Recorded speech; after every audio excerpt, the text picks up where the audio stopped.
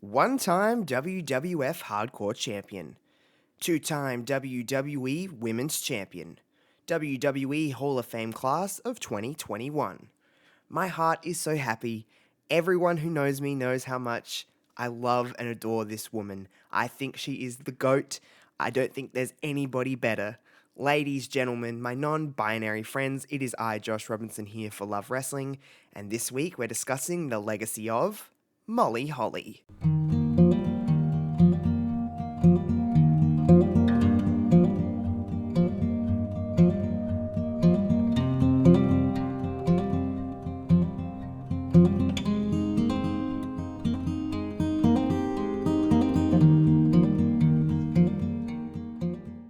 Whether you refer to her as Miss Madness, Mighty Molly, or Molly Holly, we all can agree on one thing. Molly Holly is an unsung hero of WWE and the early period of women's wrestling in the late 90s and early to mid 2000s.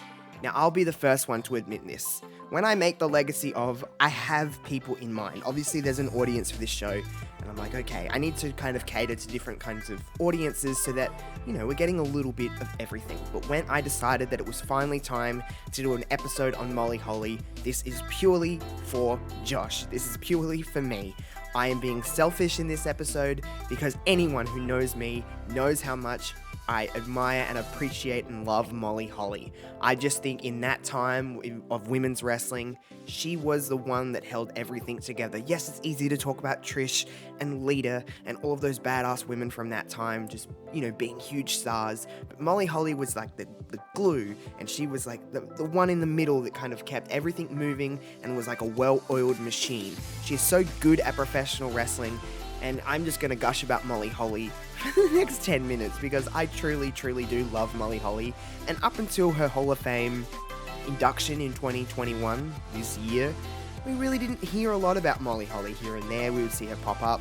But she kind of stepped away from professional wrestling for so long, and she wasn't talked about in high regards. And I was like, yes, come on, let's talk about Molly Holly, because she's so damn good at what she did, and I'm sure could still do. We've seen her pop up at the Royal Rumble a couple of times as both Molly Holly and Mighty Molly.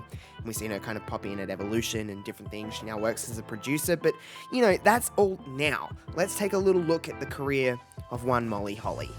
WCW fans would first witness Miss Madness in 1999. She was, of course, one of Randy Savage's valets, and she was doing different things behind the scenes, including helping train other women, along with Medusa at the WCW power plant. But we would see her kind of get betrayed by Randy Savage and then kind of move on to other things, and she wouldn't become Mona. She would become that character, and she was in different kinds of WCW games like WCW Backstage Assault and other things. That's where I first was introduced to a lot of people in WCW when I was a kid, because I didn't watch WCW until a little later in life. So I was playing the video games as a young kid, as a young little dude, and I was, seeing people like different people that I wasn't seeing on WWF programming. But she was there. She didn't really do that much, and she really wasn't in WCW all that long. People always tend to kind of go, oh, she was there for so long, and then WWF scooped her up. That wasn't really the case at all. She was released in 2000 as a cost-cutting move from WCW, and that's where she would kind of move on to WWF in the same year. It's pretty cool to say that you went from one place to another and did so much more than you ever could imagine that you were doing in WCW, now being able to do in WWF. Molly Holly would debut on the November 6th, 2000 edition of Raw. She started a short feud with Trish Stratus. Of course, TNA, Test Albert and Trish Stratus were feuding with Bob Holly and Crash Holly, and she would join her fellow cousins and get her first ever victory over Stratus in a 6-person intergender tag team match at the Survivor Series in 2000. She would start using the Molly Go-Round finisher and defeat Stratus in her first ever singles match in WWF on the November 23rd, 2000 edition of SmackDown. The Molly Go-Round, that is so iconic and so just partnered with her now. It is her move. She learnt that from Dean Malenko, or Dean Malenko was the first person to actually take the Molly Go-Round from from Molly in WWF, and even beforehand, she was trained by Dean Malenko. Anybody that's trained by Dean Malenko, who I think is, if not the greatest, one of the greatest technical wrestlers ever to lace up a pair of boots. He's so damn good. So anybody who's trained by him and could just be a small sample of what he can do in the ring, you're pretty damn good. So Molly was in good company, and she was trained by a great professional wrestler. So Dean would help her get the Molly go-round finisher. She would do it on Stratus in her first ever victory in singles competition, like I said, in the year 2000. Now, things got a little spicy in 2001 when Molly would form an on-screen relationship with Spike Dudley. Of course, the Hollies and the Dudleys were rivals at the time, so this was very much like Romeo and Juliet. How could Molly and Spike be together when the Dudleys and the Hollies hate each other? It's one of my earliest memories in wrestling, or at least going back and watching wrestling, being like, I remember watching this and being so involved in this because it was so cheesy and so corny, but it's so much fun to watch that kind of stuff, you know, and to see how they would get together at different stages and behind the Hollies and the Dudleys back. It was the best thing.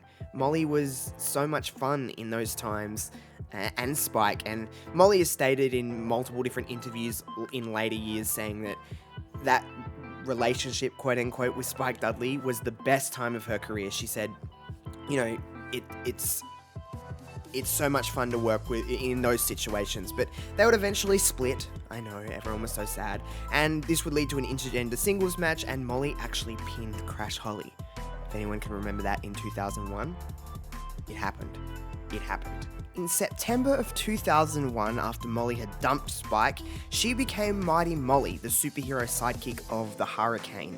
Now, a lot of people would look at Mighty Molly as some of the best work of Molly Holly's career. It didn't last all that long. Eventually, Molly would, you know, turn on the Hurricane to become a full-time solo wrestler, taking his hardcore championship, and get this as a sentence, after whacking him with a frying pan at WrestleMania 18 on March 17th, 2002 in Toronto, Canada, I may add. She would of course lose it to Christian after getting a door slammed in her face.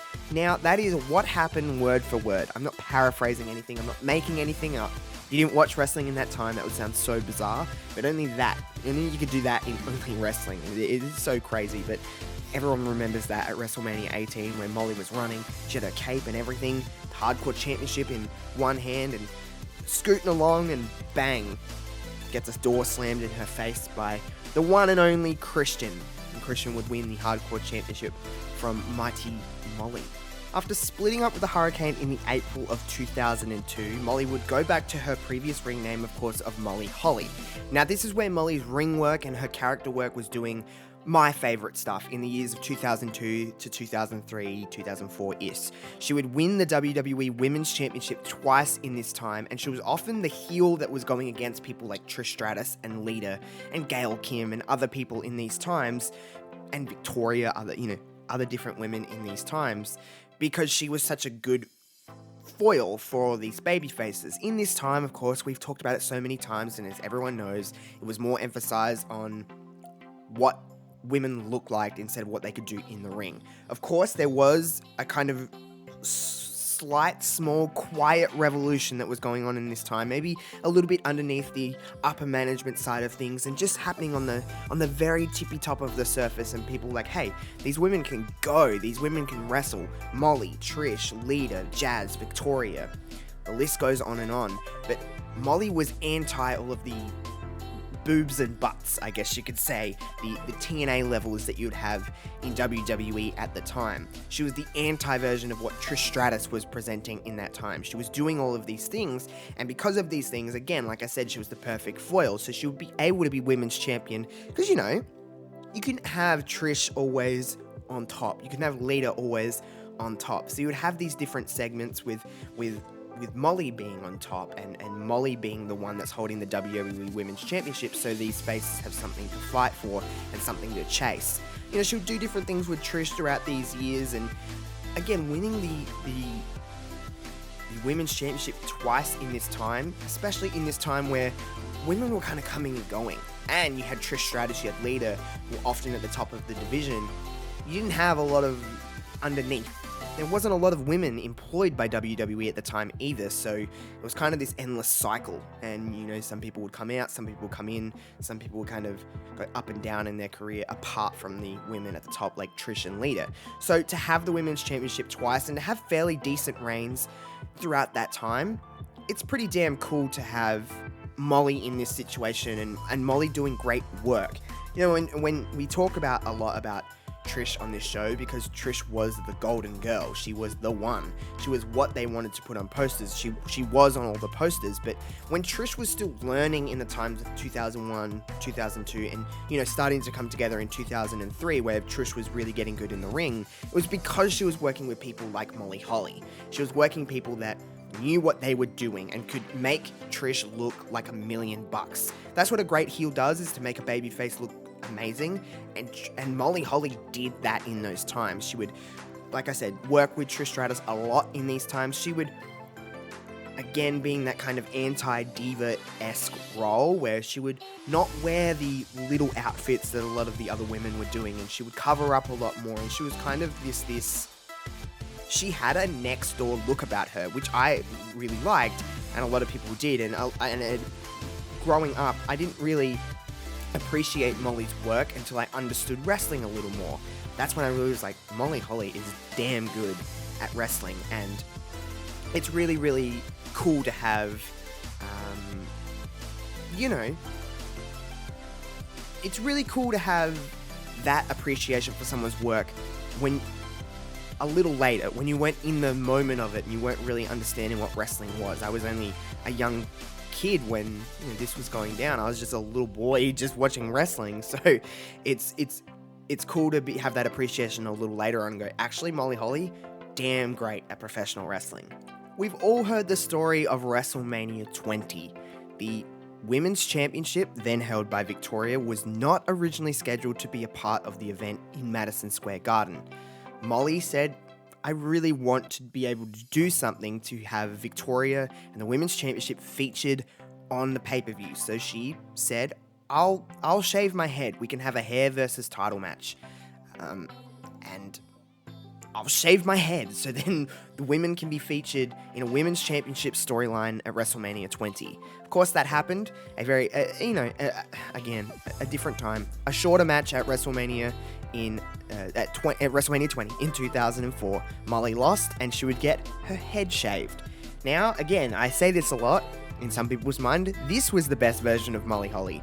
She would have she had obviously a bald head, close to a bald head, and every week she would come out with a different wig, different colored hair, all different kinds of things. She would obviously have a wig on, and every week would be, how do you get this wig off? And boom, there it is, and everyone's laughing at her, and she become this comedic role, I guess you could say, in a lot of ways, of everyone just having a good time. And it was a lot of fun. It was a lot of fun to see that, and to graciously put your hair on the line, my God. I mean, I wouldn't even do that, and I didn't even have long hair. So to do that just to get the women featured, that shows how much passion you have for the business. Now, in 2004, I would say that was when the women's division really started to change. You had the introduction of the Raw Diva search, and you had way more of an emphasis on looks than in-ring stuff. A lot of the times on Raw in 2004 and into 2005, you weren't even seeing women's matches. You were just seeing, women featured on the show, but they were doing bikini contests or fashion shows or pillow fights or something. There was less focus definitely on the wrestling than there ever really had been.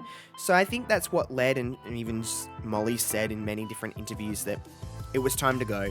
In 2005, in the April of 2005, she said she'd become really disenchanted with WWE. It focused too much on looks rather than any wrestling ability at all. She said that the ultimate reason why she left, she decided to keep private, and still to this day, she's kept the ultimate reason why she left private.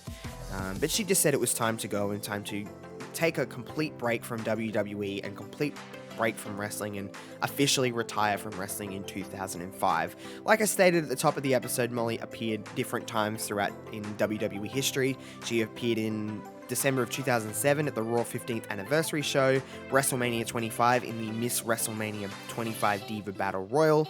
She's appeared on Table for 3 on the WWE Network. She made her in-ring return on January 28th, 2018 at the Royal Rumble. She was entrant number 12. She eliminated Sarah Logan before being eliminated by Michelle McCool. She inducted Ivory into the WWE Hall of Fame in 2018. She was in the 2018 Evolution pay-per-view in the 20-woman Battle Royal. She reprised her role as Mighty Molly at the Royal Rumble on January 26, 2020, entering at number 3 before being eliminated by Bianca Belair. She was at Raw Legends Night on January 4th, 2021.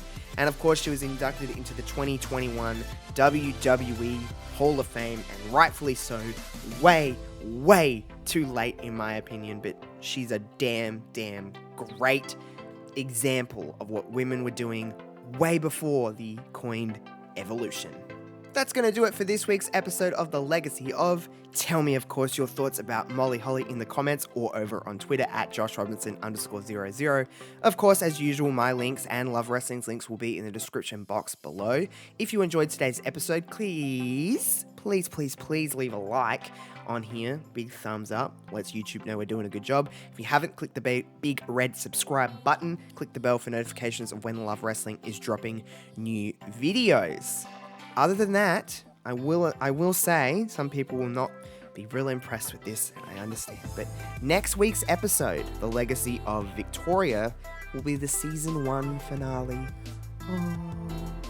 I'll have more information on season 2 really soon, but next week's episode will be the last one for a little while, guys. I know, I don't want to be too sad about it, but you need to, you'll hear more about it soon. You'll hear more about season 2. And, we still got another week. We still got Victoria to talk about next week, so don't stress too much. Don't stress too much. On that note, I will see you guys next Monday for some more Legacy of action. Continue to support everyone here on Love Wrestling. My name's Josh Robinson. I'm signing off. Peace out, everyone.